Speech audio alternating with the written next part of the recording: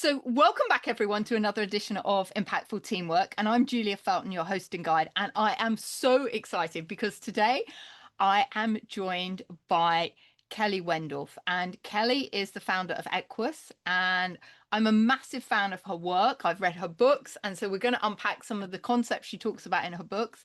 She is also somebody who works in the field of equine-facilitated leadership and learning. So hopefully now, everyone, you'll hear that it's not just me that is passionate about this subject and what we can learn from nature and the horses to improve the way we lead and run businesses. So, Kelly, welcome to Impactful Teamwork. We are so happy to have you here today. Thank you, Julia, and greetings to your wonderful community. It's great to be here. Thank you. Thank you so much for joining us. And Kelly, would you just want to start by giving people a little bit of introduction about you and maybe how you got into the work? Because I know you've got quite a long story into that. Yeah, it is a long story, so I'll just The give you abridged a version. very abbreviated version. But I remember listening to you once, Julia, and you said you fell into this work, or I would say it chose you, right? Yeah, for sure. And I was a lifelong equestrian, but the deeper calling, besides just my horses every day from the moment I was tiny and completely horse crazy, the deeper calling was I just felt the world very deeply, and I felt the ways that things weren't really working very well. Generally, I was worried about the environment. When I was young, the Vietnam War was a really big deal, and there was just a lot of imagery that went across my awareness as a kid. And so war and the environment and children and pollution and all of these things were very important to me. I was a serious child and an introvert and an empath, and that inquiry led me to, as an adult, really spend time with the question of what conditions need to be in place to assist people to thrive. And by thrive is an overarching idea of feel good, be kind, want to take care of others, want to take care of oneself, want to take care of the planet, and lead really robust and powerful lives. And so that led me to horses always running alongside me, in various forms. There was a time in my very early 20s where I had a riding school and I was a trainer and was set for the Olympics. That was my goal. Oh, wow. Amazing. I obviously didn't get there, but that I was absolutely determined that was where I was going to go. So I took my riding career very seriously, but something else was very much pulling me, and it was this question about humanity. And I saw in my riding school, and I was too young to articulate it, but I saw, like, given the right conditions, people who partnered with horses, if some sort of unique combination of conditions were at play, something lit up in the human being that helped them to be better humans. And I was like, that thing, that light that I see come on in people's eyes, that's what I want to give my life to. So I went to India. I studied with quite a few teachers, took it to, it must be enlightenment, it must be. And from there, life took me. I lived in Australia for 20 years and I ran a magazine focused on that question, basically. And my mind and my heart began to turn towards more evidence-based methodologies to answer that question. Neuroscience, neuroplasticity, and then that's when coaching came into the so I've been coaching formally for 20 years, informally for 30 years. Yeah. And before I knew what that word really meant. Sure. And so at some point as a coach, I realized, wow, a lot can happen in a conversation, but people learn with their whole bodies, right? And I realized I was leaving a lot of capital on the table for my clients by not pairing my work with some kind of experiential process. Any third thing, right? It can be a poem, it can be a walk in the woods, it can be art.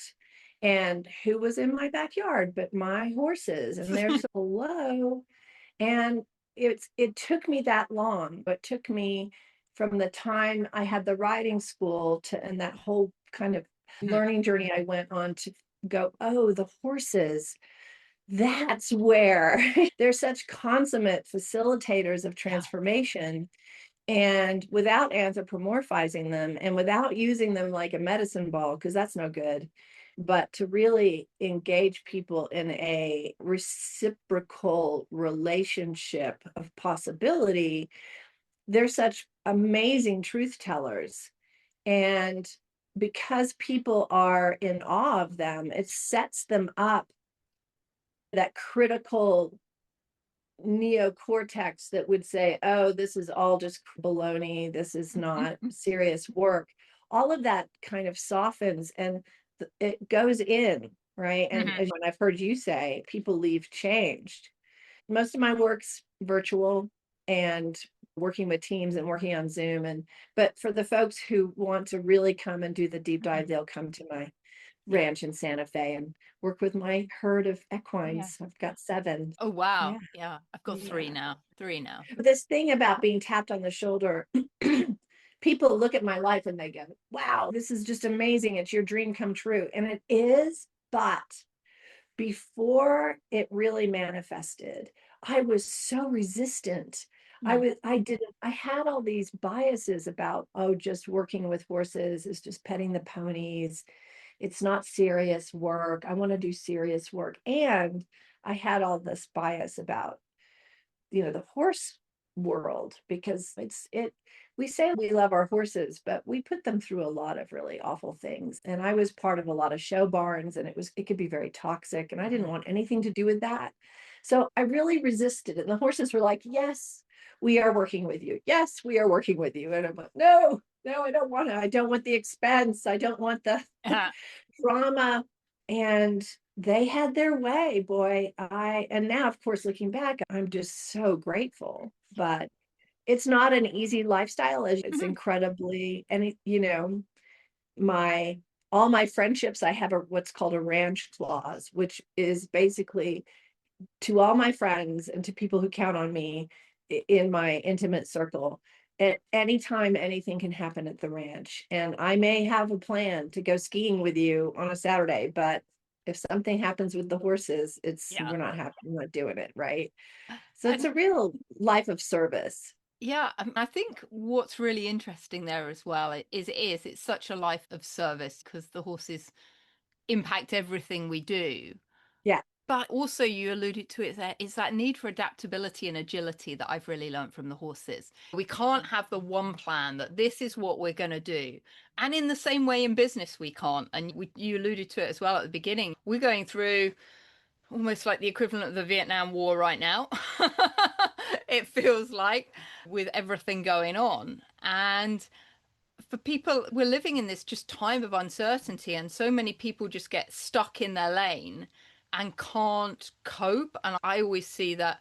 I remember reading a quote from Ariana Strozzi that women that had worked with horses or been brought up around horses actually had gone on to have very successful corporate careers because they used that Mhm. discipline and that Yes. adaptability, and just you just have to get on and dig in and deal with what's going on. And I think that's the horses really teaches a lot of resourcefulness, I think. Absolutely. And there's a certain physics when you partner with nature. A physics is undeniable that you cannot bend. Either the water trough is filled or it isn't. Either the horses are fed or they're not. Either you're attending to a broken fence or not. And there is no manipulation, or you have to be adaptable and you have to meet the forces that are there each day and really meet them with a player mindset, right? Rather than oh, this is all too much, or let me see if I Mhm. can manipulate something. You can't do that. You have to, yeah, show up and be present, right? Yeah. And Yeah. that presence is such an important quality that those of us that come around horses have developed, right? And I know for when my clients come out, I think that's the single biggest thing that they find most challenging is to get present and get in the moment and Mhm. pay attention to what is happening around us. And I think Mhm. horses are such great teachers of that. And that's such a skill that's missing in the world right now, and why people feel, and you talk about it in your book, being disconnected, right? We think we're connected because we've got all these social media friends, or you want to call them, but actually we're so disconnected from ourselves, and the Yeah, horses get us back into that self-awareness. totally. Our society is very good at getting engaged, but not connected. And they're different, right? Mm, Being engaged and increasingly, right? Now that we have AI, technology is speeding up, our inbox is just overflowing. The sort of tyranny of our attention, what our attention is, how it's being grabbed and yeah, hijacked. And then we think that's presence because we're engaged. And of course, that's not it at all. So, yeah, it's a superpower. And as things become increasingly challenging for all of us on Earth right now, we're in a polycrisis, right? That's what yep, the experts are calling it. We're going to be forced to do things differently yeah, because we can't do it in the way we've been doing it. It's going to force our hand. And you and I both look towards nature for teaching us how to do things differently. In nature, there is this framework, or nature hasn't developed the framework, but biologists have yeah, named a framework that sort of depicts how nature evolves and grows and thrives, and it's called the adaptive cycle. And it's a cycle that looks like an ellipses on a figure eight on its side. And it has these four stages: new, beginnings, growth, consolidation, and endings, or letting go. And then it swings. And you can map the four seasons on that, but yeah, all species run through a series of adaptive cycles that help them to bounce forward and evolve. And what engages an adaptive cycle is disruption. You have a consolidation phase where everything, like the summer, right? It's evolved to as much as it can evolve. The trees cannot grow any more leaves. And then what happens? The light shifts and suddenly the temperatures shift. And that is the disruption, which makes the yeah, leaves fall, right? And then we go into dormancy and it cycles through again. So disruption is really a catalyst for bouncing into a new evolutionary possibility. So if we look at the collective of humanity right now, we are in a disruption phase. And it looks cataclysmic, and who knows, we don't know how it's all going to unfold. But the good news is that it does push us to do things differently. And species that do not respond differently to disruption, they perish. And species that where that disruption, like whether it's a drought or a mhm, comet, yeah, if they do respond in a way that causes them to do things differently, then they evolve. And so the question of our time right now is, how are we going to do things differently? And then we can take advantage of what this disruption has done. And we feel it personally, right? Because we're all connected to what's going yeah. on. And yeah. And what I love is that you were writing about this disruption before it even happened. Talk about, your book is called Flying Lead Change, which is, such as you and I know, a metaphor Great for what's metaphor. going on. Yeah. But perhaps you could explain to the listeners what a flying lead change is, and Yeah. how that's so applicable to what we're going through right now in the world and leadership. Yeah, so a flying lead change is something that four-legged animals do. And horses, we as equestrians have learned to turn it into a beautiful art form. But essentially, with four-legged animals, when they are running or cantering or galloping, animals never really run in a straight line. They're always running in an arc. And to run in an arc, they have to balance themselves either to the right or to the Mhm. left, leaning. So if they're arcing to the left, say, it'll be the left leg, left front leg, and left hind leg that come out a Mhm. little bit ahead to keep the animal upright. If the topography changes, and there is a need to rebalance themselves, and this is where the metaphor is Mhm. so powerful, then the animal has to adjust which side they're on. And in order to go from a left sort of lead, we call it a Yeah. lead, to a right lead, they have to bounce up in the air and switch the legs so that when they come down, they are on their right front leg leading and right hind Yeah. leg leading. So it is a kind of physics-defying maneuver for an animal that weighs a lot. And so as a metaphor, it is, and it looks like for a moment that the horse is suspended in midair. And it's quite a beautiful move. But here we are, the topography is changing for us as a collective. Yeah. Climate change, AI, war, political unrest, all of these things that are colliding together. We could either continue going in the same way that we've been going, balanced on the same side that we've been doing things, or because of that shift in topography, we can bounce into the unknown for a moment of free fall and switch the way we're doing things. You could say from left to right or right to left, Yeah. from masculine to feminine. There's all kinds of ways to play with that.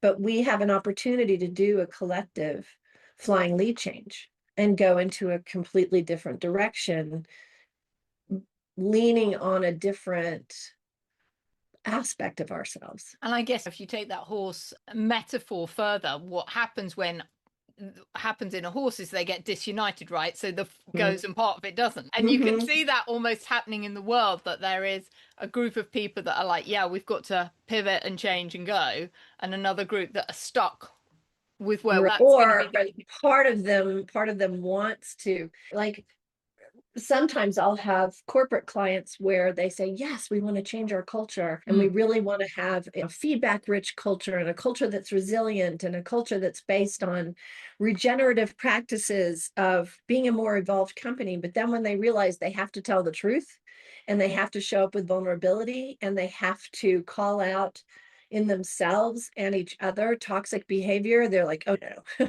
So they're cross-firing. Their front legs want to go to the right, left legs want to go stay to the left, and that's no fun. And I think you make a really interesting point that I know that's pretty fundamental to everything that is in your book, is that in order to change, each one of us individually needs to change and talk to the truth. So tell us a little more about some of the principles in the book that help us show up in our truth and be that vulnerable person that we need to be. Yeah, vulnerable and powerful, right? Yeah. The horse is an ancient system. They're one of the oldest, most successful mammals on the planet, second only to the platypus, who's at 150 million years. The horse, as a species, has been around for 56 million years. So that means they've lived through tectonic shifts and climate spikes and volcanic mega explosions, many powerful disruptions, including humanity, a very powerful disruption to all of Earth. Yeah. And the indigenous people, the horse is actually indigenous to North America. The Spanish did not bring the horse to North America. They started here in a state called Wyoming, in an area called the Polecat Bench. And because of that, the indigenous peoples have a long enduring relationship with the horse. About 15,000 years is what the research shows.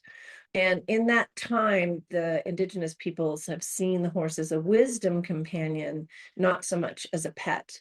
Yeah. So if we look to horses scientifically, like why 56 million years? What is it about how you organize yourself, the choices you make, what you embody? What is it about you as a species that's helped you to survive that long? And just to give perspective, of all the species that have been on planet Earth, only 1% remain. 99% have evolved or gone extinct. So we're talking about a species that over the arc of 3.8 billion years of evolutionary intelligence, a species that is among the few that has the best longevity. So if you're looking as a company, how do we create longevity as a company? What's going to bump us from being a 20-year-old company to a 500-year-old company? Yeah. So where should we look? We should look to someone who knows how to do that. Yeah, for sure. And what we've discovered is that the horse has a culture And not a lot's been written about horse culture because mostly our culture sees horses as a commodity. So we've studied elephants and wolves and gorillas, but we haven't studied a horse from that point of view as much. We study them to see how do we make them run faster or jump higher, Yeah. but what's their culture? So the culture, and there's a few ways you could slice this up, but I feel like this is pretty solid. Their culture rests on 5 core premises: safety, connection, peace, freedom, and joy. So as they're human, my job is to keep my horses feeling like these 5 principles are intact. Yes, food, water, the paddock, Oh, keeping yeah. clean, blah, blah. But safety, do they feel safe emotionally, physically, psychologically?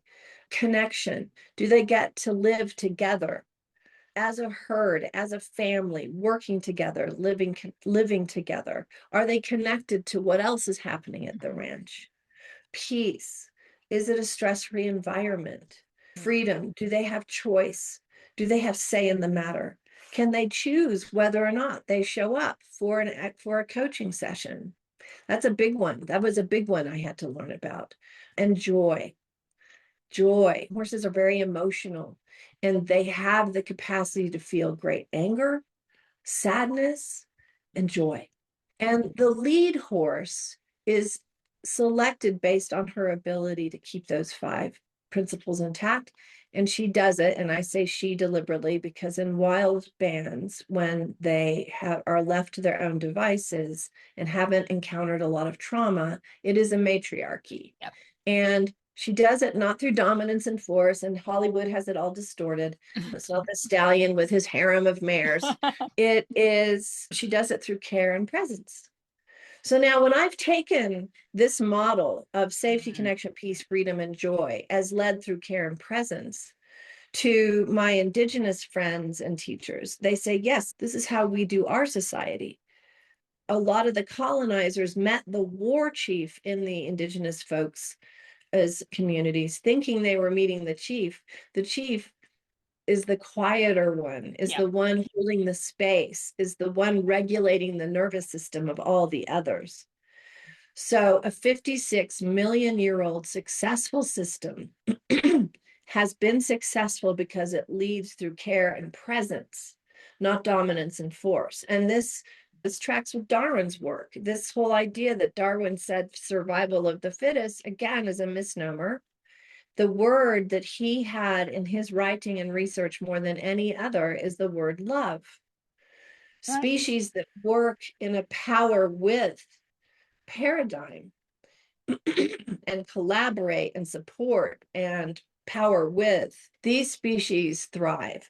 Species that work in power over dynamics, Yep. oppression, suppression, dogma, oligarchy, all of that kind of craziness, they perish. So if we as humans want to survive this disruptive moment in history, we need to lead differently. Yeah. Because, and we're talking in generalizations here, but you have to start somewhere. This power over emphasis in leadership not only kind of causes more caring people to step away from leadership because they feel like that's not me, but if you're caring and you're present and you have a sense of wanting to care for the whole, you're a leader. And sadly, the paradigm we're in rewards really bad behavior and power over behavior, oppression and subjugation and manipulation and coercion and all of those things. So, and interestingly, humans learned about that style of leadership only 6,000 years ago. This is not the way we used to lead. Yeah. This is a sort of new emergence in our collective history, and it's a distortion. And interestingly, and this is not in my book, and it will be in my next book, but between 6,000 and 10,000 years ago, humanity experienced a series of very cataclysmic natural events. Okay. To the degree that we became very traumatized from our point of view, from nature. It was volcanoes, it was tsunamis, it was drought, it was climate change. And we went from, oh, nature is our partner, to, nature can't be trusted at all. We better control her. We better find a God that we can pray to. And that was when we started picking up arms and going to war and really becoming we were scared. And so that makes sense. So we've stepped into this bizarre paradigm of power over that does not work for us. And we are seeing the outcomes of it now in a really big way. Nuclear proliferation, and we're killing the planet. And even if we could build a company that could last 500 years, will we make it that long? So we surfed to the end of our internet in a way. And now we're invited to go to something that we do remember in our DNA, which is care and presence. And these are not soft skills. I can't stand. Do not get me started. No, likewise. But that is just, again, it's just a distortion told through the 6,000-year-old trance that dismisses these really powerful aspects. Care, as in caring for a child or being a part of a horse herd, care is very robust. It has strong boundaries. It has teeth and hooves when necessary, but it also has presence and connection. And these are just such great skills for leaders to develop: safety, connection, peace, freedom, and joy. That's what all of our team members want from us as a leader, with that overarching, they want to know that they're cared for and we're paying attention to them. They want that sense of belonging. Absolutely. Can you imagine if we governed our institutions to uphold safety, connection, peace, freedom, and joy through care and presence? How different the world would be. And this isn't just, oh, this is a really nice platitude. We at Equus decided we are going to walk our talk. We are going to aspire to, endeavor to run our organization through these principles, not as a rigid dogma, but just what happens when we flatten the hierarchy and make this what people call a regenerative business, which means we keep making things better and evolving and growing and being adaptive, right? And so far, it's working really well. So we invite organizations to try this on for size as a cultural shift. And I think I do quite a bit of work with reinvention, which is really effectively a regeneration, right? Yes. A new buzzword out there, for want of a better word. But I think in order to survive and thrive, we have to keep regenerating, reinventing, and taking the best of what we had but adapting it for how the conditions are. I don't think any of us are saying we throw the baby out with the bathwater, right? We're like, there's some great stuff that's still out there, but how do we take it? And like you said, we did have all of these great skills. Then 6,000 years ago, it all changed. Let's reconnect to what innately we know. It's unconscious, right? We don't, because we don't consciously remember being like that. We've got to get back to that. I have a great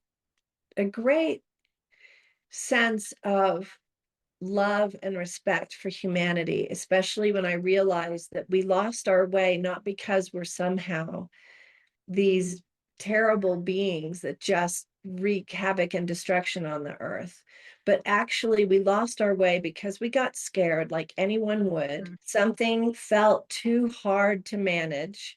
We were traumatized. And what I love about working with senior level leaders and companies is I get to see the goodness in humans that want to do the right thing, that want to come together and build something beautiful. And that just gives me hope that we can do something amazing on this planet. I think there's plenty of people out there. Sometimes it's, are they brave enough to step out of the shadows and be visible to do it?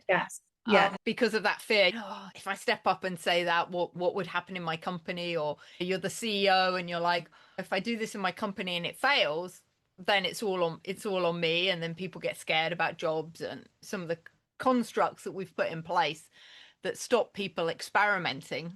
to try something I new. know. That's right. So it's a big deal. It requires a lot of courage when disruption happens and people are invited to do things differently, to let go of old ways and step into something different. There is a thing called tribal shaming that Dr. Mario Martinez coined that phrase, and that's basically when the primitive parts of people's brain sees somebody doing something new and different, gets threatened by it because to that part of the brain, the tribe has to stay together and we have to do things the same old way. And so they'll do what's called change back behavior, which is either shame people. Wait, what? You're going to take our team to work with horses? Are you crazy? Shame, right? Shame or coerce or manipulate or disown or fire. This stuff is real. So you have to have the grit and courage to be a change agent. And then, if that weren't enough to have to deal with, after the letting go phase, before there's the new beginnings, there's a phase in the middle called the messy middle. We call the messy middle. Yeah. And it's when you see a snake shedding its skin, not pretty, not pretty. And things are messy and things are tumultuous, and people don't like that. Our brains don't like that. And so it could go something like, a CEO is super brave and wants to work with Julia and her horses, and he gets or she gets a ton of flack because why are we going out and petting ponies? How stupid is this? Oh, Yeah. it's just woo. Have you lost your mind? How much are we spending on this thing? And then they encounter the horses, and invariably this shakes things up. So now everything's getting messy. So now the CEO has to answer for everything was fine. Now look at the mess you've made. Yeah. Right? And you have to hang on for the ride Mm. because on the other side of the messy is something new and powerful. And boy, our company Equus has gone through many cycles of the adaptive cycle where we have shed people, we have shed ways that we do things, we have Sure. shed all kinds of things, and there were messy times that everyone got a little scared. So the leader who understands the adaptive cycle can say, folks, I know where we're going. I know this is hard right now. I know it feels like everything is off kilter and like we're all going to die, and we are not. And if you stick with me, we will get to the other side. And we do. But you need someone, at least one person in the mix who understands what the disruption, the letting go, the messy middle, those three phases, what Yeah. they mean, and not lose heart. And even in my retreats that I do here, we go through an adaptive cycle. And there's a point in the retreat where people are going, oh, I didn't know we were going to go here. This feels a little bit dark and hard and scary. And it's my job to say, I know, and I gotcha. And I know where we are, and we're right here. Right. And we're gonna go, but we're going over here. And I got this. And people need to hear that. Yeah, it's the good old phrase that we use a lot, isn't it? Trust the horses, trust the process. In the same, what you're talking Yes. about in organizational change, we've got to trust the process, that the process is going to work. Yeah. Because actually it's based on nature and that adaptive cycle. It's a natural rhythm. It is not, it's Tony Robbins calls it a crazy eight, that affinity sign on the symbol on the side. It has to move. It just does, right? Yes. But you've got to be brave and courageous, to go back to that Yes. term, to ride the wave of it, right? Yes. Yes. And not everybody does. You No. know, it's a sort of, there's the whole archetype of the hero's journey or heroine journey, and there is a time of sort of darkness, and that is by design because that's where you get your chops, that's where you get your Yeah. wisdom. And some folks eddy out. That's a river rafting term, sorry, but it Yeah. just means no, not for me. Yeah. And again, folks that for whatever reason choose not now or choose no, not at all, life begins to flatline. Yeah. It's just a really interesting lens through which to watch how Yeah. things evolve. Yeah. Yeah. And just before we bring this to a close, I just want to talk a little bit about, you talk in your book about rewilding leaders and rewilding as an invitation to humans and organizations. So what does Mm, rewilding look through your lens? Because I know it's a term I use as well. So I'm just really yeah. curious to hear your Yeah. take on that. And it's starting to be like it's a meme or whatever. It's starting to get out there. And here's what it doesn't mean. It doesn't mean that you like get tattoos and grow dreadlocks and check out of society. And it doesn't mean any of that. We The process of domestication, we are all natural beings. Mm, We are animals. We are part of the natural world. We have intuition. We have ferocity and a sense of being connected to all things. We are an exquisite species on earth that is highly adaptable, and we have the ability to sense into other species, and there's just so much about mhm, us. But those our best attributes are attributes that are naturally occurring, that we have not domesticated. This last stretch of time, 10,000, 6,000, has brought in a lot of constraints about who we can be, constraints that have not served us. What a woman is supposed to be, what a man is supposed to be, that there's only men and women and nothing in between, what it means to be a good daughter or a good mother or a good mm, husband, all these like fences that we put, what emotions mean, like all these things that are just constructs that have nothing to do with who we innately are as yeah. human beings, as vibrant, strong, alive, thriving, intuitive, compassionate beings, creative, right? So rewilding to me is really more, it's not about going towards wild. We are that innately, just like a bird or a horse Yeah. is. It's about dismantling the frameworks and fences and walls that keep us hemmed in and keep us from our wild, creative, innovative selves. That's rewilding to me. Yeah. Going back to our innate self that's always there or has always Yeah. been there, that we've just put all these layers and masks and all that other stuff on top to All that hide stuff, with them. and Yeah. totally just not helpful stuff. And Yeah. it's really fun to examine what those are and realize, oh wow, that's just a belief that I've been Yeah. holding in and on, and I don't even need to have that anymore. Yeah. Goes back to that awareness and presence about Mhm. what's going on for us, right? And then realizing, Yeah. well, actually, does that really serve me? Yes, no. Yeah. Making some conscious choices about that. Okay. So, Kelly, it's been such a pleasure to chat with you. I know that you wanted to share with people your book and stuff like that. Perhaps they can tell Yeah, people thank you how they so can get hold of much. that, how they can get hold of you. What's Thank you. Thank you. My book is on all major booksellers, Flying Lead Change, 56 million years of wisdom for leading and living. And on my website, which is equisinspired.com, EQUUS inspired.com, there's a lot of ways to engage with the frameworks and the just everything we're talking about. We have a lot of virtual classes and courses. This year, we have coming up an online class called How to Lead a Transformative Life, where we work with the adaptive cycle. all right. And Cool. it's great. It's a couple of weekends for a couple of hours, and that's happening in September. And then there's the opportunity to come here to Santa Fe and work with me and Nice. my horses. But I invite people to go to the website and subscribe to my newsletter. I write essays every month Oh, about wow. these things. And yeah, yeah, Excellent. maybe we'll be posting this podcast there. And Uh, yeah, it's really great to meet your community. No, thank you so much for your time and energy today. I've so enjoyed speaking with you. You And too, Julia.